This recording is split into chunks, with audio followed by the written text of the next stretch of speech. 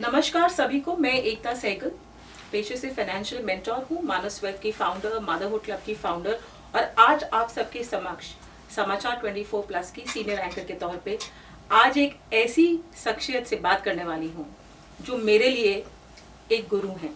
गुरु इसलिए कि मैंने अपनी जो लिखने की जर्नी शुरू की वो इनके कहने पे की। तो स्वागत करते हैं श्री सुशील भारती जी का, जो कि डायरेक्टर ब्रॉडकास्टिंग है 107.4 रेडियो स्टेशन, MSTV, मारवा स्टूडियोज टीवी, और खुद भी ये साहित्य से काफी करीब से जुड़े हुए हैं। तो बहुत बहुत स्वागत है आपका सुशील जी, कैसे हैं आप? जी बहुत बहुत शुक्रिया एकता जी, आपने मुझे आमंत्रित किया बोलने के लिए। मैं बिल्कुल ठीक हूँ, आप कैसे हैं? बिल्कुल, बहुत बहुत शुक्रिया। तो आज सुशील जी हम आपसे कई चीज़ों पे बात करना चाहते हैं। पहली चीज़ तो आप हमें थोड़ा अपने बारे में बताइए कि आप साहित्य से कैसे जुड़े हैं, आप ब्रॉडकास्टिंग से जुड़े हुए हैं, कई चीज़ें हैं जो आप करते हैं, तो थोड़ा अपने बारे में बताइए ताकि हमारे जो दर्शक हैं वो आपके बारे में जान पाएं। फिर चलते चलते और बातचीत करेंगे। जी सबसे पहले तो मैं एकता जी ये बताना चाहता हूँ कि जहाँ तक साहित्य की बात है तो उसकी जो यात्रा की बात है तो मेरे घर का माहौल बहुत साहित्यिक रहा है। मेरे पिता स्वयं बहुत अच्छा लिखते रहे हैं और एक घर के अंदर एक साहित्यिकता हमेशा रही है, जिसका ये परिणाम था कि हम लोग भी उन तरह के संस्कारों से जुड़े। और बचपन से चूँकि ग्रामीण पृष्ठभूमि थी तो ग्रामीण पृष्ठभूमि के अनुभव, और जब पिता फिर दिल्ली जब आ गए तो यहाँ का महानगरीय जीवन तो एक एमैल्गमेशन जैसा है कि हमारे पास कुछ जो ग्रामीण भारत जो है उसकी कुछ यादें भी हैं और कुछ महानगरीय जीवन के, चूँकि मेरी शिक्षा दीक्षा दिल्ली में हुई है तो फिर यहाँ की भी बहुत सारी यादें हैं। तो एक तरीके से कह सकते हैं कि एक कंप्लीट सांसारिक और पारिवारिक जो एक दुनिया है तो वो बनी और उसी में ही फिर हम आगे धीरे धीरे करके बढ़ते रहे। सुशील जी ने काफ़ी सारी फिल्में बनाई हैं, डॉक्यूमेंट्री फिल्म बनाई है और कई ऐसे मुद्दों पे उन्होंने बात छेड़ी है जिसके बारे में शायद लोग सोचने से भी कतराते हैं। हाल ही में उन्होंने हमारे चैनल प्लेटफॉर्म मदरहुड क्लब पे मैरिटल रेप के ऊपर बात की थी, तो थोड़ी उस पर चर्चा करते हैं आपसे। आपने कुछ डॉक्यूमेंट्री पे काम किया था जहाँ पे आप कुछ ब्रॉथल्स की तरफ गए थे और वहाँ के जो महिलाएं हैं वहाँ पे, अनफॉर्चुनेट जो महिलाएं जो वहाँ पे काम करती है, उनके माइंडसेट को समझने की कोशिश की थी। थोड़ा उसके बारे में बताइए कि आजकल सभी लोग जानना चाह रहे हैं कि मैरिटल रेप का जो जजमेंट है वो क्या होगा। जी उससे पहले तो थोड़ा सा ये मैं बताना चाहता हूँ कि मेरा मीडिया का बैकग्राउंड रहा और मैं देश का एक बहुत ही नामी ग्रामी संस्थान mass communication research centre Jamia, जहाँ से मैं पढ़ा, और वहाँ से पढ़ने के बाद में मेरी as a documentary film maker की एक यात्रा शुरू हुई और उसमें बहुत सारी सीरीज़ टेलीविज़न के लिए मैंने डायरेक्ट की थी, जिसमें आसमा और भी हैं, कुछ नया सा, इन दिस आवर लैंड, हमारे अनोखे क्लासरूम, तो ये बहुत सारी सीरीज़ थी जिनको मैं डायरेक्ट किया करता था। तो एज अ डायरेक्टर जब मेरी शुरुआत हुई तो मुझे यूनाइटेड नेशन यूनिफेम एक विंग है यूनाइटेड नेशन का, UN का एक विंग है यूनिफेम, जो कि महिलाओं के लिए काम करते हैं। तो उसके अंतर्गत एक फिल्म बनाने का एक ऑफ़र जो था, एज ए डायरेक्टर मुझे काम करना था उसमें और पूरा देश घूमना था उसमें मुझे हमें 2 फिल्में बनानी थी, how to sensitise the rural audience and how to sensitise the police, क्योंकि ये बहुत ही इम्पोर्टेंट वो क्षेत्र है कि जहाँ पर ट्रैफिकिंग को लेकर के बहुत ज़्यादा समझ नहीं थी। तो ये फिल्म जो थी वो चाइल्ड ट्रैफिकिंग के ऊपर थी कि किस तरीके से जो मानव तस्करी है या बच्चों की जो तस्करी होती है उसको किस तरह से किया जाता है। तो इस संदर्भ में पूरे भारत को में घूमने का मौका मिला और जितने भी देश के अंदर जहाँ जहाँ से इन बच्चों को तस्कर करके लाया जाता था तो उन जगहों पर भी जाने का मौका मिला, जिसमें कि आपका बंगाल, आपका आंध्रा में अगर अनंतनाग, कडप्पा, फिर नेपाल का जो आपका बॉर्डर है तो नक्सलबाड़ी है, नेपाल जैसे काठमांडू है, या फिर आपका कलकत्ता है, कलकत्ता का जैसे सोनागाछी है, वहाँ पर जो ब्रॉथल हाउस है, बऊ बाजार है, खिद्दीपुर है, कालीबाड़ी, कमलाबाड़ी है, और इसी तरह से कमातीपुरा है मुंबई के अंदर।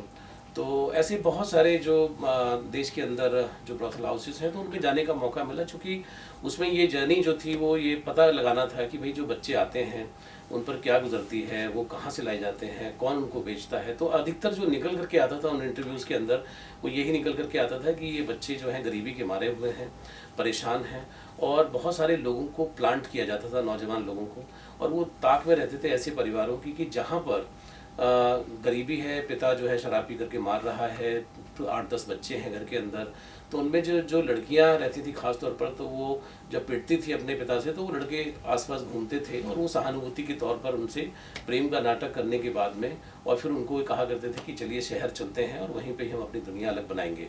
लेकिन उसके पीछे क्या मंशा छुपी होती थी, ये जो है उस फिल्म के माध्यम से बताने की कोशिश की गई थी। तो रूरल ऑडियंस जो है हमारे देश का बहुत ही सरल है, उसको नहीं पता था कि इन बच्चों को जब बेचा जाता है तो ये जाते कहाँ हैं। तो वो पूरा एक नेक्सस है, क्रिमिनल नेक्सस है, आई मस्ट से। तो वो किस तरीके की पूरी यात्रा थी, तो वो हम लोगों ने शूट की।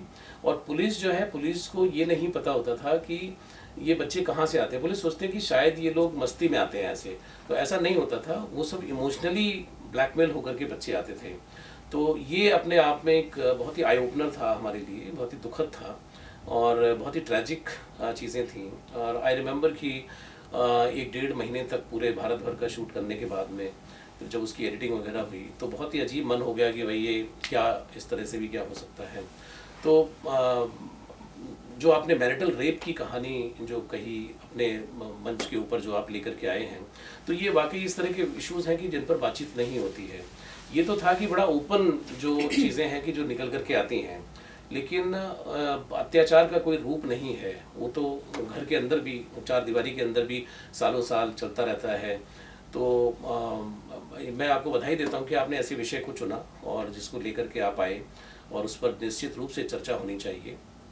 और मेरे जो विचार थे मैंने उस पर रखे थे अपने विचार, और अगर आपको लगता है तो मैं दोबारा भी कुछ विचार उसमें दे सकता हूं। नहीं जी, बिल्कुल।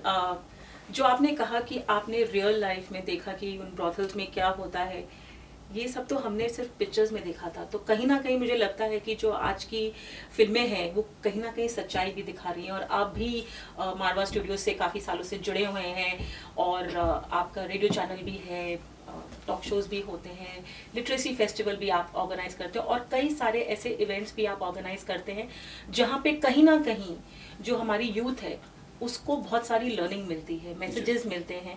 तो कुछ उसके बारे में बताइए कि कई ऐसे इवेंट्स हैं जिनके आप फेस्टिवल डायरेक्टर हैं, तो थोड़ा उसके बारे में बताइए कि इन पे फोकस इतना क्यों है मारवा स्टूडियोज़ का, आपका, मिस्टर संदीप मारवा का।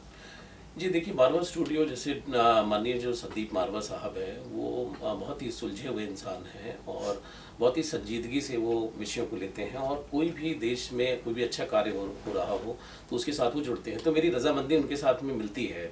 वो कई बार कहते भी हैं कि आपसे मेरी रजा मिलती है, क्योंकि एक सेंटेंस भी है कि all big people think alike. तो बहुत सारी ऐसी चीज़ें हैं कि जब हमें लगता है कि देश के अंदर इन चीज़ों की ज़रूरत है तो हम उसमें आगे बढ़ते हैं और हम काम करने की कोशिश करते हैं। लकीली मेरे पास बहुत सारी चीज़ों का अनुभव ऑलरेडी था जो कि साथ में मिला और उनको अच्छा लगा। तो इसी बहाने उन्होंने कई सारी जिम्मेदारियां मुझे दी कि आप इन सब चीज़ों को देखिए, चाहे वो फेस्टिवल हो, चाहे वो सिनेमा हो, चाहे वो डॉक्यूमेंट्री हो, चाहे कुछ भी हम बना रहे हों, कर रहे हों, रेडियो के माध्यम से, MS-TV के माध्यम से, फेस्टिवल्स के माध्यम से। उसमें जो सबसे इम्पॉर्टेंट बात यह है कि जहाँ भी सेंसिटिविटी है, जहाँ पर भी संवेदनशीलता है, जहाँ पर भी मनुष्य बनाने की एक कवायद है, एक कोशिश है, तो वहाँ पर हमारा जो सारा का सारा जो है उस तरफ सेंटर्ड होता है। क्योंकि आप कितने भी कैंपेन चला लीजिए, अभियान चला लीजिए, पेपरों के ऊपर परियोजनाएं चला लीजिए, अगर संवेदनशीलता नहीं है समाज के अंदर, अगर विवेकशीलता नहीं है, तो वो पूरे कागज बन के रह जाते हैं और फाइलों में वो फाइलें जो है वो रद्दी इकट्ठी होनी शुरू हो जाती हैं। अभी मैं उस दिन भी कह रहा था कि माननीय सुप्रीम कोर्ट ने भी कहा, दीपक मिश्रा जी जब बेटी बचाओ बेटी पढ़ाओ का जब मुद्दा आया, तो उन्होंने कहा भाई देश के अंदर के बहुत सारी संस्थाएं काम कर रही हैं, बट ज़रूरत है समाज को सेंसिटाइज करने की। तो इसी तरीके से चाहे वो मैरिटल रेप के केसेस हों, चाहे वो चाइल्ड ट्रैफिकिंग के हों, चाहे वो बच्चियों के रेप के हों, बहुत सारे जो है, तो मुझे लगता है कि समाज को एक सेंसिटिविटी का जो एक मैटर है, चाहे वो फिल्मिंग माध्यम हो सकते हैं, कोई भी हो सकता है, तो उससे ज़्यादा असर होगा, मुझे ऐसा लगता है और हमारे संस्थान को भी ऐसा लगता है। जी बिल्कुल सही कहा। मैंने अभी रिसेंटली जो आपका अप्रैल के महीने में राइटर्स मीट हुआ था, उसमें भी इस बारे में चर्चा हुई थी कि जो आजकल के लेखक हैं, चाहे वो कविता लिखते हैं या कहानियाँ लिखते हैं या कोई भी स्टोरी बुक्स लिखते हैं, वो क्या खुद इतने सेंसिटिव हैं कि इन मुद्दों पे वो सही पिक्चर दिखा पाएँ। तो उस पे कुछ आप, उस दिन भी आपने कुछ बातें शेयर की थी कि आपके क्या विचार हैं, कुछ इस पे बताइए। और कारण ये है पूछने का क्योंकि आप एक पब्लिशिंग हाउस भी रन करते हैं राही पब्लिकेशन के नाम से, जहाँ पे आप और मारवा स्टूडियोज बहुत मिलके कई नए लेखकों को प्रोत्साहित करते हैं, उनकी कविताएं छापते हैं और उन्हें इनकरेज करते हैं कि वो और अच्छा लिख पाएं। तो इसके पीछे क्या विचार है आपके कि कैसे हम लिटरेसी के थ्रू, राही पब्लिकेशन के थ्रू हम यूथ को या जनता को सेंसिटाइज कर सकते हैं और अवेयर कर सकते हैं? देखिए, ये तो माध्यम है, प्रकाशन विभाग एक माध्यम है, ऐसे बहुत सारे प्रकाशन विभाग हैं। सवाल ये है कि आप जब किसी भी चीज़ को लेकर के आते हैं तो उसको क्या अप्रोप्रिएट मंच उसके लिए तैयार है। असल में जो मुद्दा है वो ये है कि कोई भी लेखक या कोई भी कवित्री या कोई भी रचनाकार, जब तक उसकी कला का सार्वजनिक रूप से प्रदर्शन नहीं होता है तो उसकी कला का कोई मायने नहीं है। क्योंकि कलाकार जो है वो एप्रिसिएशन चाहता है, वो तारीफ चाहता है, वो अपने काम की सराहना चाहता है। तो हमारा ये तो एक माध्यम है, लेकिन जो असली जो मुद्दा है वो ये है कि इन प्लेटफॉर्म्स के माध्यम से हम उभरते हुए नवीन रचनाकारों को लेकर के आएँ, उनकी हौसला अफजाई करें, उनको बताएं कि आप जो भी लिख रहे हैं वो बहुत अच्छा लिख रहे हैं, उसको समाज के सामने लाया जाए। क्योंकि लेखन एक ऐसी चीज़ है कि जो भी समाज में खूबसूरती से हो रहा है या मनुष्य का जो खूबसूरत पक्ष है वो लेखन के अंदर उभर करके आता है। कोशिश करते हैं, दुनिया बहुत बड़ी है, लेकिन हमसे जो बन पाता है छोटा, हमारे संदीप मारवा जी उसके अंदर हमेशा आगे रहते हैं। वो तो एक स्टेप और जाकर के कहते हैं कि अगर किसी ने अच्छी कहानी लिखी है कुछ है तो उस पर भी अगर शॉर्ट फिल्म बनती है तो वो कहते हैं कि हम अपने इंफ्रास्ट्रक्चर खोल देंगे उनके लिए और हम उन पर फिल्में भी बना सकते हैं। जी मैं बिल्कुल सहमत हूँ जो सुशील जी कह रहे हैं, क्योंकि मैं भी उनमें से एक हूँ जिन्होंने शायद 3 साल पहले लिखना शुरू किया था। और पहली राइटर्स मीट जो मैंने अटेंड की थी उसमें मेरा संदीप सर से और सुशील सर से यही सवाल था कि मेरे को कौन पढ़ेगा, मुझे तो कोई जानता भी नहीं है। तो दोनों संदीप सर और सुशील सर ने यही कहा था कि आप लिखिए, क्योंकि आप जब लिखते हैं तो आप किसी को दिखाने के लिए नहीं लिखते हैं, आप अपने विचार प्रकट करते हैं। और मुझे बहुत गर्व है ये बताते हुए कि अब मैं उससे पहले जो लिखती थी और अब जो लिखती हूँ उसमें काफ़ी कहते हैं सुधार है। और समाचार प्लस के चैनल पे भी मैंने अपनी कुछ कविताएं पढ़ी हैं और उनके न्यूज़पेपर आर ऑफ टाइम्स में भी मेरी कविताएं छपी हैं। तो इसका श्रेय मैं सुशील जी और संदीप सर को दूंगी।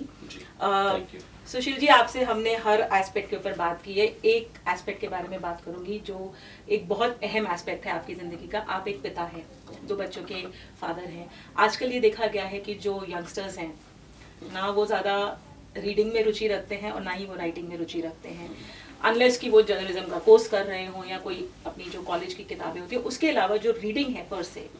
और संदीप सर का भी ये मानना है कि रीडिंग अगर आपकी होगी तभी आप कहीं पे भी किसी चीज़ की बात कर सकते हैं। तो आप एज अ पेरेंट क्या कहना चाहेंगे कि आजकल के बच्चों को कैसे इन 2 एक्टिविटीज़ में, रीडिंग और राइटिंग में, इन्वॉल्व किया जाए?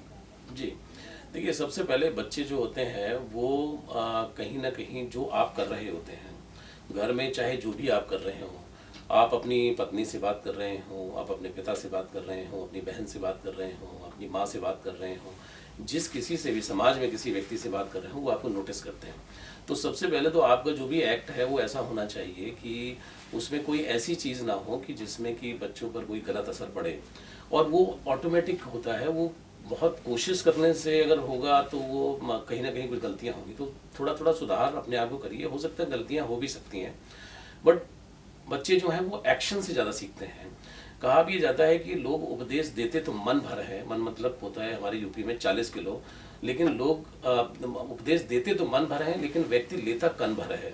तो मतलब लेता बहुत थोड़ा सा ही है। तो उपदेश की बच्चों के साथ उपदेशात्मक रवैया बिल्कुल नहीं होना चाहिए, क्योंकि जहाँ ये हुआ तो उनका बैटरी जो है वो ऑफ हो जाता है।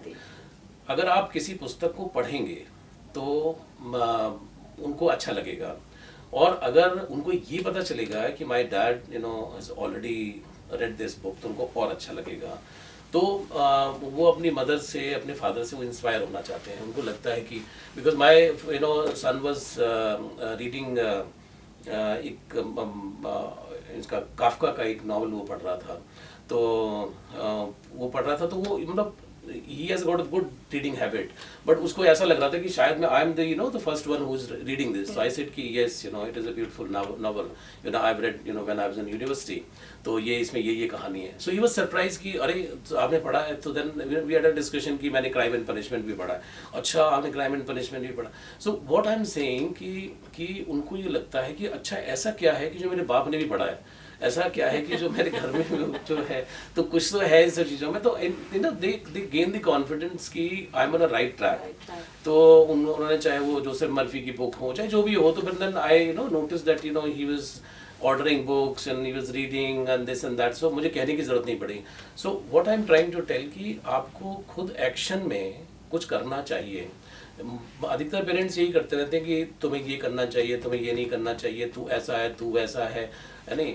और कई बार क्या होता है कि आप पड़ोस में भी, बच्चे बहुत सेंसिटिव होते हैं, जैसे कि पड़ोस में भी अगर कोई बच्चा, कोई व्यक्ति अगर शांति से जाता है, उसने कोई नाम किया है या उसने कुछ अच्छा काम किया है, तो उसकी बात जैसी फैलती है तो बच्चे बहुत ही हाई होप से देखना शुरू कर देते हैं उसको। दे लुक अप कि अच्छा वो इज द पर्सन, इसके बारे में बात हो रही है, अच्छा ये निकल के जा रहे हैं, अच्छा ये कार में जा रहे हैं, अच्छा ये वो है इस तरीके से। तो वो उससे ज़्यादा सीखते हैं रादर देन कि उनको उपदेश की भाषा में बताया जाए, उनको डांटा जाए, उनको डपट करके किया जाए, तो वो उससे नहीं सीखते हैं। उससे जितना ज़्यादा आप करेंगे वो उतना उसके उलट चलेंगे। तो मेरा अपना एक्सपीरियंस जो है वो ये है। तो मैं कभी भी किसी भी बच्चे को बैठा करके कोई उपदेश नहीं देता हूँ, मुझे ऐसा लगता है कि सबसे बेकार काम है ये। जी बिल्कुल सहमत हूँ, खुद भी एक माँ हूँ और action speak louder than words. और मुझे लगता है कि जो हमने AFT कॉलेज में भी देखा है कि वो बच्चे भी देखते हैं कि Sandeep sir, Sushil sir are examples. तो आई थिंक जो भी बच्चे यहाँ से पास आउट होते होंगे वो शायद ये सारी वैल्यूज को लेके बाहर निकलते होंगे। और समाचार 24+ के भी जो फाउंडर्स हैं उनमें से एक जो है वो यहीं के पास आउट हैं। तो बहुत बहुत धन्यवाद सुशील जी आपका कि आपने अपना कीमती समय दिया, समाचार 24+ में अपनी बातें हमारे साथ शेयर की, अपने थॉट्स हमारे साथ शेयर किए। तो सभी दर्शकों को शायद आज बहुत मज़ा आया होगा सुशील जी से बातें सुन के, डिफरेंट एस्पेक्ट्स के बारे में, सोसाइटी के रिलेटेड बातें, एज अ पेरेंट उनके क्या थॉट्स हैं। तो ऐसे ही जुड़े रहिए समाचार 24+ के साथ। मैं एकता सहगल, यहाँ की बोर्ड डायरेक्टर और सीनियर एंकर, और ऐसे ही हम जाने माने लोगों से आपकी मुलाकात करवाते रहेंगे। तो do subscribe to Samachar 24+ and take care till we meet again. Thank you very much. Thank you very much. Thank you so much.